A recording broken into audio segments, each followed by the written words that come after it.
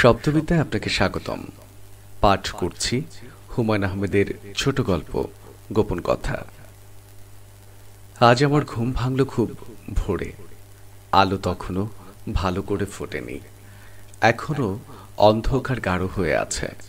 আকাশে ক্ষীণ আলো আধারিতে মন অন্যরকম হয়ে যায়। পৃথিবীর সবাইকে ভালোবাসতে ইচ্ছে করে। আমি পৃথিবীর সবাইকে ভালোবেসে ফেললাম। আমার পাশের চৌকিতে বাকের সাহেব ঘুমিয়ে আছেন। অন্ধকারে তাকে দেখা যাচ্ছে না, তবু আমি নিশ্চিত জানি তিনি একটি কুৎসিত ভঙ্গিতে ঘুমিয়ে আছেন। মুখের লালায় তার বালিশ ভিজে গেছে, লুঙ্গি উঠে গেছে কোমরে। তাতে কিছু যায় আসে না। আজ আমার চোখে অসুন্দর কোনো কিছুই পড়বে না। বাকের সাহেবকেও আমি ভালোবাসবো। শরীর খারাপ নাকি? জি না। চা খাবেন বাকের সাহেব? দেন এক কাপ। এ বলেই মাথা বের করে তিনি নাক ছাড়লেন। নাক মুছলেন মশারিতে। কি কুৎসিত ছবি! আজ চমৎকার সব ছবি দেখতে ইচ্ছে করছে। আমি প্রাণপণে ভাবতে চেষ্টা করলাম, বাকের সাহেব নামে এ ঘরে কেউ থাকেন না, এবং এটা যেন তেন কোনো ঘরও নয়। এটাই হচ্ছে মহিমগড়ের রাজবাড়ি, এবং আমি এসেছি মহিমগড়ের রাজকন্যার অতিথি হয়ে। আর আমিও কোনো হেজিপেজি লোক নই, আমি একজন কবি। আজ সন্ধ্যায় মহিমগড়ের রাজকন্যাকে আমি কবিতা শোনাব। মঞ্জু সাহেব। জি, বলুন। এরকম লাগছে কেন আপনাকে? কিছু হয়েছে নাকি? কি হবে? দেখি, একটা সিগারেট দেন দেখি। বাকের সাহেব তার সাপের মতো কালো রোগী হাতটা বাড়িয়ে দিলেন। সিগারেট দিলাম, অথচ আমি নিশ্চিত জানি বালিশের নিচে তার নিজের সিগারেট আছে। বাকের সাহেব নিজের সিগারেট কমই খান। আহ, কি সব তুচ্ছ জিনিস নিয়ে ভাবছি। আজ আমি একজন অতিথি কবি, আমার চিন্তা ভাবনা হবে কবিতার মতো। আমি নরম স্বরে ডাকলাম, বাকের সাহেব। জি। আজ আমার কেন জানি বড় ভালো লাগছে জানেন?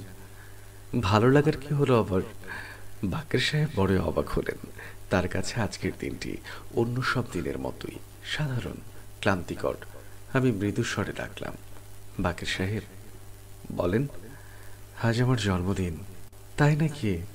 জি, 11ই বৈশাখ। আম কাঁঠালের সিজনে জন্মেছেন রে ভাই। এই বলেই বাকের সাহেব চায়ের কাপ নিয়ে বাথরুমে ঢুকে গেলেন। আজ আমি রাগ করব না। চমৎকার একটি সকালকে কিছুতেই নষ্ট হতে দেব না। সন্ধ্যাবেলা যাব নীলুদের বাড়ি। সন্ধ্যা হবার আগ পর্যন্ত শুধু ওর কথাই ভাবব। বাকের সাহেব বাথরুম থেকে ফিরে এসে বললেন, পায়খানা কষা হয়ে গেছে রে ভাই। আমি শুনেও না শোনার ভান করলাম। আজ আমি অসুন্দর কিছুই শুনবো না। আজ আমার জন্মদিন। আজ নীলুদের বাসায় যাব এবং তাকে গোপন কথাটি বলবো। ঝড় হোক, বৃষ্টি হোক, কিংবা প্রচণ্ড টর্নেডো হোক, কিছুই আসে যায় না। আজ সন্ধ্যায় আমি ঠিকই যাব নীলুদের বাসায়। নীলুর বাবা হয়তো বসে থাকবেন বারান্দায়। তিনি আজকাল বেশিরভাগ সময় বারান্দাতেই থাকেন। অপরিচিত কাউকে দেখলে কপালে চামড়ার ভাঁজ ফেলে তীক্ষ্ণ দৃষ্টিতে তাকান। আমার দিকেও তাকাবেন। আমি হাসি মুখে বলবো, নীলুফার কি বাসায় আছে? ওর সঙ্গে আমার একটা কথা ছিল। আমি উত্তেজিত অবস্থায় ঠিকমতো কথা বলতে পারি না, কথা গলায় আটকে যায়। কিন্তু আজ আমার কোনো অসুবিধা হবে না। আজ কথা বলবো একেবারে অভিনেতাদের মতো। চা শেষ করেই বাকের সাহেব ঘুমাবার আয়োজন করলেন। গলা টেনে বললেন, 9টা পর্যন্ত ঘুমাবো, তারপর উঠে নাশতা খেয়ে আবার ঘুম। ছুটির দিনের ঘুম কাকে বলে দেখবেন? ম্যারাথন ঘুম। হা হা হা। কিছুক্ষণের মধ্যেই তার নিঃশ্বাস ভারী হয়ে এলো। বারান্দায় এসে দেখি আলো ফুটেছে, আকাশ নীল, পাখির কিচিরমিচির শোনা যাচ্ছে। গোপন কথা বলার জন্যে এর চেয়ে সুন্দর দিন আর হবে না। সকাল 11টায় টেলিফোন করলাম। নীলুকে টেলিফোনে কখনোই পাওয়া যায় না, আজ পাওয়া গেল। নীলু কিশোরীদের মতো গলায় বলল, কে কথা বলছেন? আমি মঞ্জু। ও মঞ্জু ভাই, আপনি কেমন আছেন? ভালো। তুমি কেমন আছো নীলু? আমিও ভালো আছি। কি করছিলে? পড়ছিলাম। আবার কি করব, আমার অনার্স ফাইনাল না। ও তাই তো। আচ্ছা শোনো নীলু, তুমি কি আজ সন্ধ্যায় বাসায় থাকবে? থাকবো না কেন? আমি একটু আসবো তোমাদের ওখানে। বেশ, আসুন। একটা কথা বলবো তোমাকে। কি কথা? গোপন কথা। আপনার আবার গোপন কথা কি? নীলু খিলখিল করে হাসতে লাগলো। কি সুন্দর সুরেলা হাসি, কি অদ্ভুত লাগছে শুনতে। হ্যালো নীলু, বলুন। শুনছি তো। আজ সন্ধ্যায় আসবো। বেশ তো, আসুন। রাখলাম এখন, নাকি আরো কিছু বলবেন? এখন আর কিছু বলবো না। নীলু রিসিভার নামিয়ে রাখার পরও আমি অনেকক্ষণ রিসিভার কানে লাগিয়ে বসে রইলাম। মাত্র 11টা বাজে, আরো 8 ঘন্টা কাটাতে হবে। কোথায় যাওয়া যায়? কোথাও যেতে ইচ্ছে করছে না। নিউ মার্কেটে কিছুক্ষণ হাঁটলাম একা একা, এবং এক সময় দামি একটা শার্ট কিনে ফেললাম। অন্যদিন হলে শার্টের দাম আমার বুকে বিঁধে থাকতো, আজ থাকলো না। দামের কথা মনেই রইল না। 10টি 5-5 কিনলাম এলিফ্যান্ট রোড থেকে। অন্তত আজকের দিনটিতে দামি সিগারেট খাওয়া যেতেই পারে। নীলুর জন্য অন্য কিছু একটা উপহার নিয়ে গেলে কেমন হয়? সুন্দর মলাটের একটা কবিতার বই, সেখানে খুব গুছিয়ে একটা কিছু লিখতে হবে, যেমন নীলুকে দেখা হবে চন্দনের বনে, বইটি দেয়া হবে ফিরে আসার সময়। নীলু নিশ্চয়ই আমাকে গেট পর্যন্ত এগিয়ে দিতে আসবে। তখন বলবো, নীলু, আজ কিন্তু আমার জন্মদিন। নীলু বলবে, হুমা, আগে বলবেন তো। আগে বললে কি করতে? কোনো উপহার টুপহার কিনে রাখতাম। কি উপহার? কবিতার বইটই। আমি তো কবিতা পড়ি না, না পড়লেও বই উপহার দেয়া যায়। ঠিক এই সময় আমি মোড়ক খুলে বইটি হাতে দিয়ে অল্প হাসব। হাসতে হাসতে বলবো, আমি তোমার জন্য একটা কবিতার বই এনেছি নীলু। সন্ধ্যাবেলা আকাশে খুব মেঘ করল, এবং একসময় শোঁ শোঁ শব্দে বাতাস বইতে শুরু করলো। নীলুদের বারান্দায় পা রাখা মাত্র সত্যি সত্যি ঝড় শুরু হলো। কারেন্ট চলে গেল, সমস্ত অঞ্চল ডুবে গেল অন্ধকারে। নীলু আমাকে দেখে অবাক হয়ে বলল, এই ঝড় বৃষ্টির মধ্যে এসেছেন? ভিজে গেছেন দেখি। আসুন, ভেতরে আসুন। কি যে কাণ্ড করেন, কাল এলেই তো হতো। বসার ঘরে মোমবাতি জ্বলছে। একজন বুড়ো মতো ভদ্রলোক বসে আছেন, তার পাশে বিলু। বিলু আমাকে দেখে হাসি মুখে বলল, স্যার ভূতের গল্প বলছেন? উফ, যা ভয়ের। তারপর তারপর স্যার বলুন না। নীলু বলল, দাঁড়ান স্যার, আমি এসে নেই, চায়ের কথা বলে আসি। নীলু চায়ের কথা বলে এলো।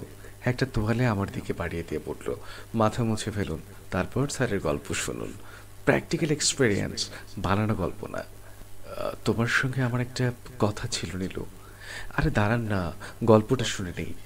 আমি ঢাকা ছেড়ে চলে যাচ্ছি। তাই নাকি? কৃষি ব্যাংকে একটা চাকরি হয়েছে, 5th গ্রেড অফিসার।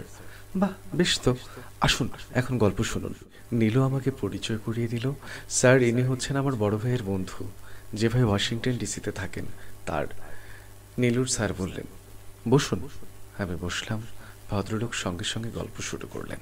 পথঘাট অন্ধকার, শ্রাবণ মেঘ, আকাশে খুব মেঘ করেছে। আমি আর আমার বন্ধু তারাদাস পাশাপাশি যাচ্ছি। এমন সময় একটা বিকট শব্দ শুনলাম, যেন কেউ একজন ছুটতে ছুটতে আসছে। তারাদাস বলল, কে কে? তখন শব্দটা থেমে গেল। ভদ্রলোক ভালোই গল্প করতে পারেন। নীলু বিলু মুগ্ধ হয়ে শুনছে।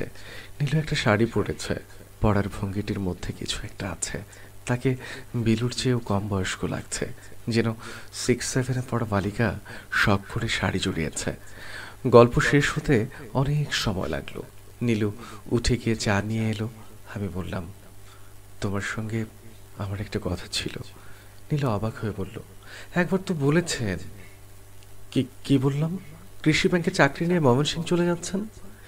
এ কথা না তো, অন্য একটা কথা। ঠিক আছে, বলবেন। দাঁড়ান, স্যারের কাছ থেকে আরেকটা গল্প শুনি। স্যার, আরেকটা গল্প বলুন না। ভদ্রলোককে দেখেই বোঝা যাচ্ছিল তিনি আসলে গল্প বলার জন্য তৈরি হয়ে এসেছেন। আর সঙ্গে সঙ্গে তিনি তার দ্বিতীয় গল্পটা শুরু করে দিলেন। গল্প হতে হতে অনেক রাত হয়ে গেল। বৃষ্টিও কিছুটা কমে এসেছে। নীলু ব্যস্ত হয়ে তাদের ড্রাইভারকে গাড়ি বের করতে বলল। আমি স্যারের পাশে বসলাম। নীলু হালকা গলায় বলল, আবার আসবেন মঞ্জু ভাই। গাড়ি চলতে শুরু করতেই বিলুর স্যার বললেন, আপনি কি ভূত বিশ্বাস করেন? আমি তার জবাব দিলাম, না, ভূতে বিশ্বাস করি না। ভূতে বিশ্বাস করি না করি তাতে কিছুই আসে যায় না। আমি পরশুদিন চলে যাব। অনেকদিন আর ঢাকায় আসা হবে না, আর এলেও গোপন কথা বলার ইচ্ছা হবে না হয়তো। বিলুর স্যার বললেন, পৃথিবীতে অনেক স্ট্রেঞ্জ ঘটনা ঘটে, বুঝলেন মঞ্জু সাহেব। 1960-তে একবার কি হয়েছে শুনুন। আরেকদিন শুনবো, আজ আমার মাথা ধরেছে। আমাদের এদিকেও বাতি নেই। অন্ধকার ঘরে বাকের সাহেব শুয়ে আছেন। আমাকে ঢুকতে দেখে ক্লান্ত স্বরে বললেন, শরীরটা খারাপ করেছে ভাই, বমি হয়েছে কয়েকবার, একটু সাবধানে আসেন, পরিষ্কার করা হয় নাই। সব পরিষ্কার করে ঘুমোতে যেতে আমাদের অনেক রাত হলো। বাইরে আবার মুষলধারে বৃষ্টি শুরু হয়েছে। বাকের সাহেব মৃদু স্বরে বললেন, ঘুমালেন নাকি ভাই? জি না, আপনার জন্মদিন উপলক্ষে এক প্যাকেট সিগারেট এনেছিলাম। গরিব মানুষ, কি আর দেব বলেন। বাকের সাহেব অন্ধকারে এগিয়ে দিলেন সিগারেটের প্যাকেটটি। আমি নিচু স্বরে বললাম, একটা কথা শুনবেন বাকের সাহেব? কি কথা? গোপন কথা, কাউকে বলতে পারবেন না। বাকের সাহেব বিছানায় উঠে বসলেন। বাইরে মুষলধারে বৃষ্টি পড়ছে। আজ বোধ হয়ে পৃথিবী ভাসিয়ে নিয়ে যাবে। যে গোপন কথাটি বলা হয়নি সেটা আমি বলতে শুরু করলাম। আমার তো বেশ ভালোই লাগছিল। এতক্ষণ সাথে থাকার জন্য অসংখ্য ধন্যবাদ এবং কৃতজ্ঞতা। পাঠ করছিলাম হুমায়ুন আহমেদের ছোট গল্প গোপন কথা। আজকের মতো বিদায় নিচ্ছি। আমি প্রিন্স রোমান পিকিউ, ফিরে আসব নতুন কোনো গল্প নিয়ে। আমাদের শব্দবিদ্যা চ্যানেলটি সাবস্ক্রাইব করুন এবং মন্তব্যের ঘরে আপনার মূল্যবান মন্তব্যটি জানিয়ে দিন। আমাদের স্লোগান, লেখাগুলো শব্দ হয়ে কানে বাজুক। ভালো থাকুন, সুস্থ ও সুন্দর থাকুন। আজকের মতো টাটা।